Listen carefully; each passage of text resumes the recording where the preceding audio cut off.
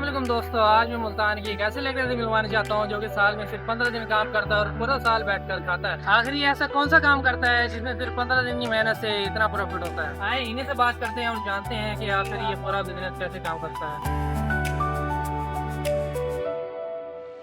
अस्सलाम वालेकुम सर। वालेकुम अस्सलाम। आपको कितना अरसा हो गया ये कारोबार स्टार्ट किए? ये तकरीबन 10 साल हो गए ये कारोबार स्टार्ट किए। और इस कारोबार को स्टार्ट करने के लिए कितनी इन्वेस्टमेंट चाहिए होती है? ये तो आप पे डिपेंड करता है कि आप क्या-क्या चीज़ लगाना चाहते हैं। अब जो मैंने जो स्टॉल लगाया हुआ है इसके अंदर गारमेंट्स भी है, इसके अंदर झंडे भी हैं, बैज भी हैं, चड्डियाँ भी हैं, यानी कि जो-जो चीज़ स्टॉल पे होनी चाहिए वो मैंने सब लगाई। ये तो बात आपकी ठीक है, लेकिन इस कारोबार को स्टार्ट करने के लिए अंदाज़तन कितनी इन्वेस्टमेंट हमें चाहिए होती है? ये इसका मैं आपको बताता हूँ डिटेल में।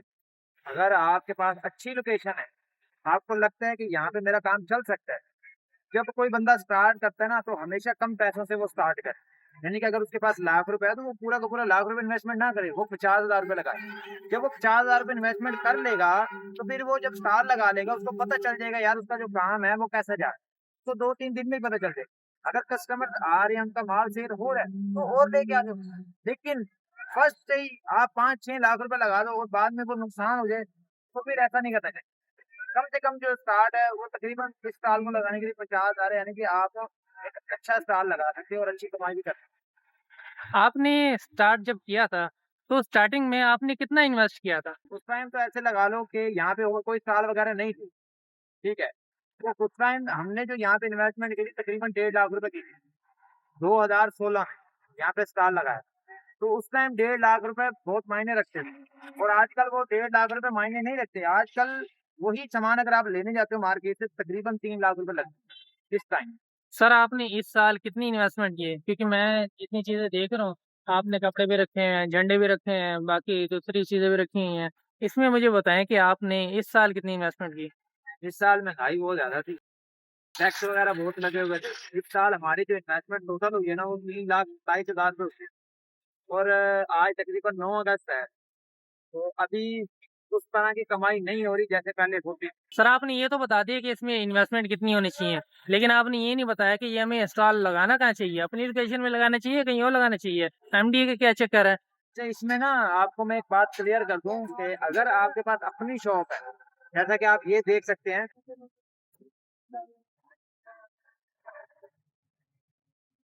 ये जो जगह है ये हमारी अपनी शॉप है। तो हम ये शॉप के फ्रंट पे लगा के खड़े हैं और शाम को जो है हम फुटपाथ पे लगा लेते हैं।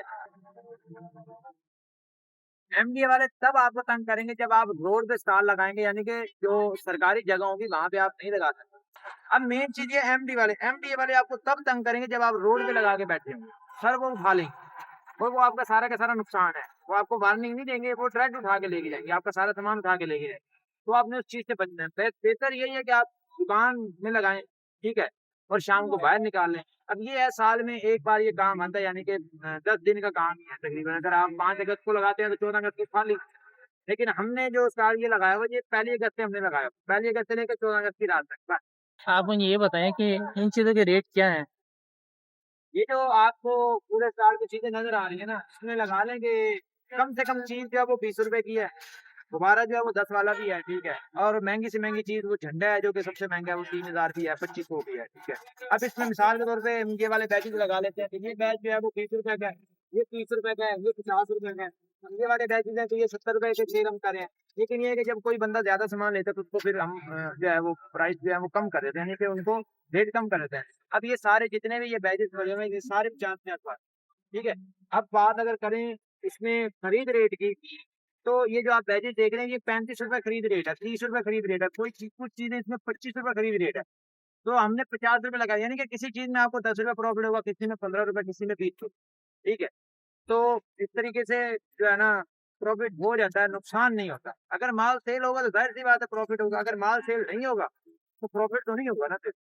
सर जैसे आपने एक सूट का रेट लगाया हुआ है ₹1500, उसमें मुझे ये बताएँ कि आपकी खरीद कितनी है और ये सामान आप उठाते कहाँ से हैं? जो सूट वग़ैरह हैं, इसमें जो बच्चों वाली शर्टें हैं हमारे पास, वो तकरीबन उनका रेट है 250 की सेल कर, ठीक है? और ट्राउज़र है वो भी बच्चों वाला 250 का सेल कर रहे हैं। लेकिन अगर कोई बंदा पूरा सूट लेता है, तो उसका रेट है तकरीबन ₹250 पूरा सूट का। लेकिन आपने अगर अच्छे वाले लेना तो जाहिर सी बात है अच्छी चीज होगी तो उसका रेट भी थोड़ा सा अच्छा ही होगा। जो लड़कियों वाले सूट हैं, फुल सूट जो है लड़कियों वाले, उनका हमने रेट लगाया हुआ 1500 रुपये, लेकिन ये हमने रेट लगाया हुआ है, कस्टमर इतने में नहीं लेके जाता। हद मार के अगर कोई सेल हो जाता है तो 1000 रुपये, 1100 रुपये, 1200। और खरीद रेट की बात करें तो जो बच्चों के सूट होते हैं, जो कि फुल सूट होता है नॉर्मल वाला, वो 250 का हम सेल करें तो वो उसकी जो परचेजिंग है वो है 150 रुपये एक सूट। हम 250 बताते हैं, हम 220 में 200 में सेल करते हैं। ठीक है। अब जो बच्चों की शर्टें हैं, शर्टें जो है वो हम 250 की जो सेल कर रहे हैं वो पीछे से मिलती है 160 रुपए की एक, तो हम 250 बताते हैं, 220, 230, 200 में वो भी सेल हो जाती है। तो उधर का भी यही सीन है। अब रही 1500 वाले सूट की बात, तो इसका खरीद रेट है 790 रुपये। अब 790 रुपये उसका खरीद रेट है, तो वो 1100 का भी सेल हो सकता है, 1000 का भी हो सकता है, वो है बार्गेनिंग। अगला बंदा जितनी बार्गेनिंग करेगा, अगर आपको लगता है कि यार प्रॉफिट हो रहा है तो आप दे दें। लेकिन आपने ये चीज भी लाजमी नोट करनी है कि भाई आपने इन्वेस्टमेंट तो कर ली, इसमें बिजली का खर्चा है, इसमें जाने आने का खर्चा है, इसमें रोटी का खर्चा है, ठीक है।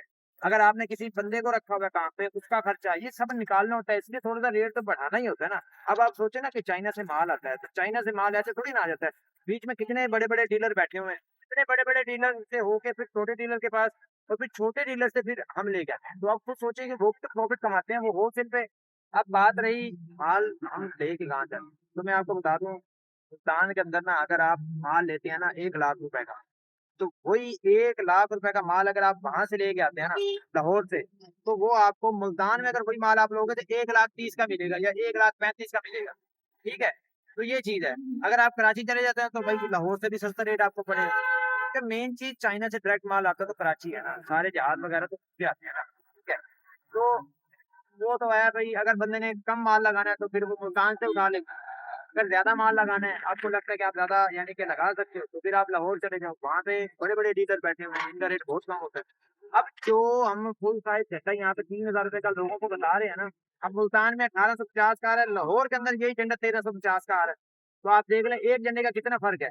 तो हम यहाँ पे इसको कितने का सेल करेंगे, अब हम लोगों को कहते हैं 3,000 का, वो जैसे ही सुनते 3,000 भाग जाते हैं। अगली बात ही नहीं करते, मतलब कि अपना रेट भी तो बताना चाहिए ना। अब कुछ लोग कहते हैं 2,000, अब आपको सोचे 1850 में आया और इतना बड़ा झंडा जो है वो बंदा 150 रुपये थोड़ी ना कमाए। जो सबसे छोटा है ये हम लोग सेल कर रहे हैं 200 रुपए का, 150 का भी दे सकते हैं। ठीक है। उसके बाद जो दूसरे नंबर वाला झंडा है ये हम सेल कर रहे हैं 300 रुपए का। ठीक है। तो आप मिसाल के तौर पे लगा लें कि ना डबल रेट लगाएगा। ठीक है। हम डबल रेट कस्टमर को बताते हैं क्योंकि हम पाकिस्तानी हैं। पाकिस्तान में कोई भी बंदा कोई सामान लेने जाता है ना, वो जब तक रेट कम नहीं करवाएगा तब तक वो नहीं लेगा। आप अगर उसको इस झंडे का भी 200 बताओगे ना, वो फिर भी 150 करवाएगा। तो फिर हम बताते हैं 350, 300 में, 280 में सेल कर देते हैं। ठीक है। तो इसी तरह बाकी झंडों का भी यही रेट है, यानी कि मुख्तलिफ रेट है। अब ये जो झंडा है 1500 का जो सेल हो रहा है, ये पीछे से मार्केट से आ रहा है 780 रुपए का। अब 780 का आ रहा है तो हमने 1500 बताया, तो 1500 में थोड़ी ना वो बंदा लेके जाएगा, वो 1200 का लेके जाएगा, ये 1100 का लेके जाएगा। यानी कि ऐसे लगा लो, कुछ चीजों में प्रॉफिट ज्यादा होता है, कुछ में कम होता है, लेकिन ओवरऑल जो है बचत फिर भी आपको हो जाए।